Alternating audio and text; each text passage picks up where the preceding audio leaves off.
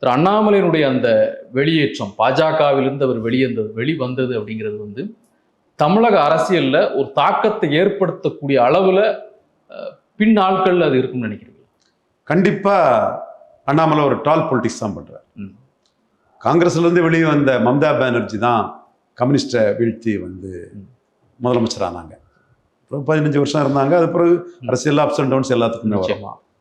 அந்த கட்டத்துக்குள்ள இன்னைக்கு 42 வயது இளைஞரான அண்ணாமலை, 52 வயது இளைஞரான விஜய் ஒரு பெரிய வெற்றியை 35 விழுக்காடு வாக்கு பெற்று இன்னைக்கு முதலமைச்சராக இருக்கக்கூடிய சூழ்நிலையில அவருக்கு ஒரு மாற்று சக்தியாட்டு எல்லா வகையிலுமே நான் தான் இளைய தலைவருங்கிற இதில் தொடங்கி மாற்று தலைவருங்கிற அடிப்படையில் எல்லா வகையிலுமே நான் தாங்கிற இதை அவர் முன்னெடுத்து போறாரு.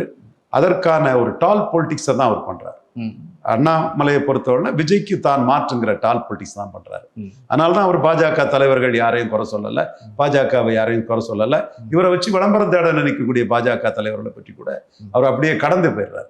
அது இப்ப மட்டுமா ஆரம்ப கட்டமா இருக்கனால கடந்து போவாருன்னா, எப்போதுமே அவர் மேல பழி சொல்லிக்கிட்டே இருக்கும்போது ஒரு நாட்கள் அப்படி கடந்து போவாருன்னு சொல்ல முடியாதுல்ல.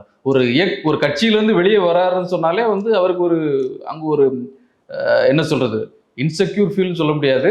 அவர் நினைச்சதை அங்க நடத்த முடியல. ஏன்னா ஒரு தேசிய கட்சியுடைய மாநில தலைவர் தான் அவருக்கு இருக்கக்கூடிய சிந்தனை, அவருக்குடைய ஆற்றல், அவர் நினைத்ததை அங்க செயல்படுத்த முடியாத ஒரு சில பொறுப்பு தான் அது வெளியே வர்றாரு. சிம்பிள் டால் பொலிட்டிக்ஸ் பண்ணணும்னு நினைச்சாரு.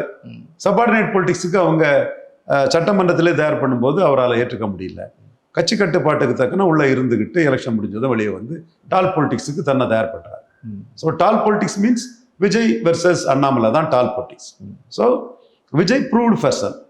ப்ரூவ்டு விஜய் தான் அண்ணாமலைக்கு ஒரு நம்பிக்கையை கொடுக்குது. இன்னைக்கு எங்க ஊர்ல ஒரு தம்பி ஒருத்தர் வந்து நமக்கு வேண்டிய தம்பி தான் சிவான்னு, வி த லீடர்ஸ்ன்னு அண்ணாமலை படத்தை போட்டு பேனர் ஓட்டுறான்னா 50க்கு மேற்பட்ட 4 வீலர்ஸ் வந்து சொத்தவள பீச்சில் வந்து காத்து நிற்கிறாங்கன்னா விஜய்க்கு வெற்றி தான் காரணம் அந்த இடத்துக்குள்ள.